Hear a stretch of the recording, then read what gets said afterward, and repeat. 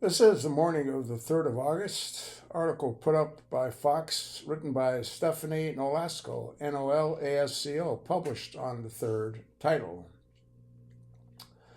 Ohio detective brings down lady killer Shawn Grates with 33-hour interrogation. A hunger to kill. Retired detective Kim Mager has written a new book about her encounters with serial killer Shawn Grates. A hunger to kill. When Kim Mager sat across from Shawn Grates, she was expecting to interact with another sex offender, one of many from her decades-long career. I have a neighbor across the street. He's a detective, and that's all he works on, are sex crimes.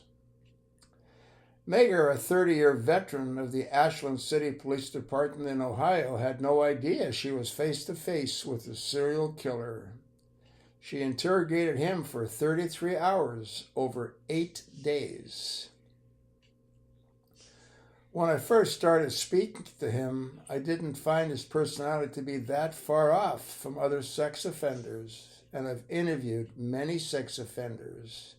The retired detective told Fox News Digital. So he was unremarkable to me. A lot of things he would say flowed like a typical conversation. She thought process seemed to be the same as anyone else. See photographs of him in court. But there was the difference, she added. That's all changed when he spoke of his desire, his hunger. Those words were his words, a hunger to kill. Mager collaborated with author Lisa Pulser to write A Hunger to Kill, a serial killer and a determined detective, and a quest for a confession that changed a small town forever. It details how Mager closed in on and broke one of Ohio's most infamous serial killers. I've been asked at least 30 times to speak about how the case, and I've declined every single time, said Mager. But then I was approached by a family member of one of the victims. The family member came to me in tears, saying the victim was being portrayed so negatively by some podcasts. This family member was very upset, she said. Please do something. See a photograph of the detective. I knew I had to share the story, the right story, said Mager, and it's important to let people know that these victims experience, but this could happen to them. It could have been me. On September 13th, 2016, Mager was in the shower when her phone started ringing. It was her captain. Emergency dispatcher had received a 911 call from a woman who claimed she was kidnapped by Grates. Mager rushed to the station to interview the woman. By then, Grates had been tracked down by investigators. He was arrested and charged. According to Mager's book, Jane Doe had bruises all over her face, arms, and legs. There were fresh scratches, and others had been healed. Some injuries were bluish-purple, others swollen and red. Splashes of maroon took over her neck and upper torso. Her eyes were bloodshot, and her face was stained with tears. I felt the weight of what had happened to her, Mager said. It's hard for victims to talk about what's happening to them, harder than anyone could imagine. It's something even more difficult than speaking with suspect. But I needed to get everything I could get him. An experienced specialist in sex offenses, Mager is one of the officers assigned to Grates' case. I didn't recognize his name at all, Mager admitted. We were unfamiliar with him. Grates was known as a charmer and a drifter who was friendly to anyone he encountered. But that nice guy facade quickly faded in the interrogation room. My first impression was he looked physically fit, Mager explained. He was muscular before you even made eye contact with him.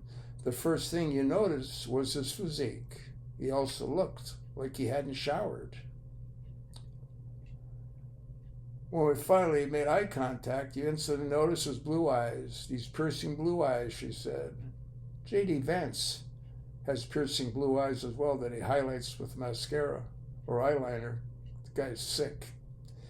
Like a real-life Clarence Starling from The Silence of the Lambs, she would sit alone in the interview room with the accused predator. Meagher soon learned there were other victims.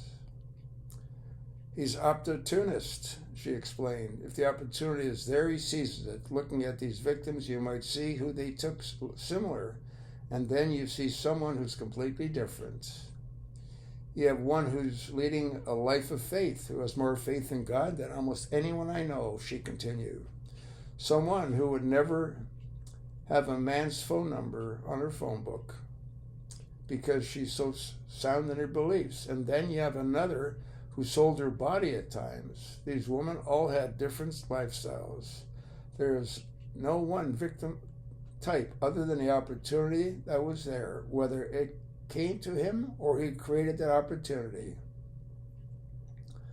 Following Grates' arrest, police discovered the remains of Stacy Stanley, 43, and Elizabeth Griffin, 29, in a vacant Ashland home where Grates had been living. Grates confessed to the murders. Stanley was described as someone who was down on her luck. Oxygen.com reported, according to the outlet. Grates made it seem like he was going to help her with a flat tire before he abducted and assaulted her. Griffin was said to be struggling with her mental health and gone missing. According to the outlet, Gates confessed to the murder of 29-year-old Candace Cunningham, a woman he dated. He took authorities to the Woodin area about 12 miles from Ashland, where he dumped her body. He also confessed to killing 31-year-old Rebecca Lisi, who had issues with drugs. She was reported missing on February 2015. The outlet noted Gates also admitted to killing 23-year-old Dana Lowry, who had disappeared in 2005. Her remains were found in 2007, less than a mile from Gates' home. She was selling magazines at the time, according to reports. It is believed that Lowry was Gates' first victim.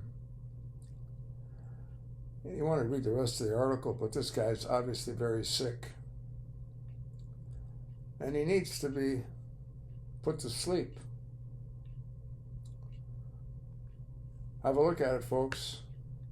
Let me know what you think, and thanks for listening.